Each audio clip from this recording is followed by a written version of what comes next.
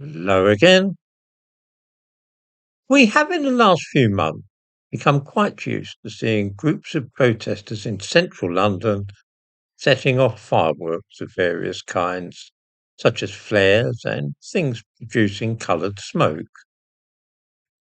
The police make no effort at all to prevent this, simply let these people, many of whom are clearly foreigners, get on with it.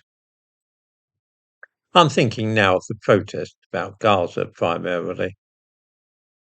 The rule seems to be that the police turn a blind eye to fireworks at protest marches. The thumbnail to this video shows a typical example of this in central London.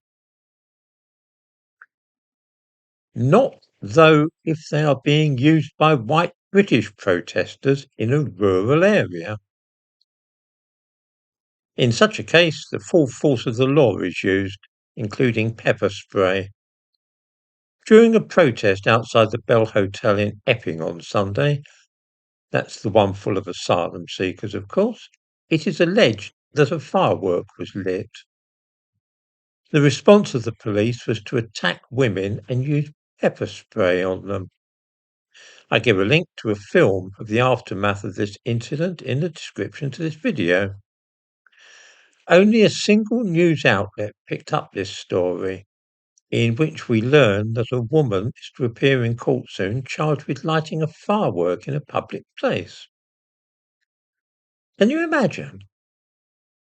We have for the last few years seen fireworks, flares and smoke grenades lit routinely in the streets of central London, but because this is a left-wing cause, the police allow them to get on with it. A single firework at a supposedly right-wing protest, though, and it's straight out with the pepper spray. Viewers might ask themselves why the mainstream media doesn't seem interested in this. As I say, a single local news outlet mentions it, and there are films circulating on YouTube, on X rather, which used to be Twitter, and I give a link to one of these. Why do you think nobody else is interested in what is happening here? Still, the government have now come up with a solution to the problem of hotels full of those illegal immigrants whom some call asylum seekers. Keir Starmer promised before the general election last year that he would deal with this matter if voted in, and so he intends to do.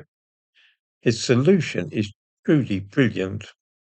It involves building council houses for them and buying other houses, which will then be turned into council houses, and filling them with asylum seekers who are at the moment living in hotels. This will enable the government to fulfil its promise to end the use of hotels such as the Bell Hotel in Epping. The fact that there are currently over 1.25 million people in this country on the waiting list for social housing does not seem to bother anybody at all. Well, a handful of tranks like me are annoyed about it, but most people just seem to accept this as a good and desirable course of action.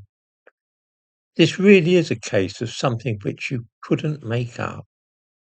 Building council houses for foreigners who have entered the country illegally. Anybody who does not realise that we British people are now second-class citizens in our own country must be deaf, dumb and blind. Foreigners are allowed to light fireworks in the streets whenever they please, and the police do nothing. White British woman does so and is promptly pepper sprayed and arrested and charged with lighting a firework in the street. White British people wait patiently for years for a chance to get a council house. Foreigners force their way into our country and are given the chance to jump the queue and have a council house within a few months. I honestly cannot understand how most people are apparently either unable to grasp the nature of what is going on in Britain or indifferent to it.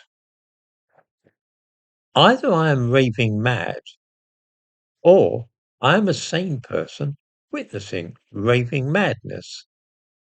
I really would not like to venture a guess as to which of these two possibilities is the more likely. As usual, I give links to what I've been talking about in the description to this video.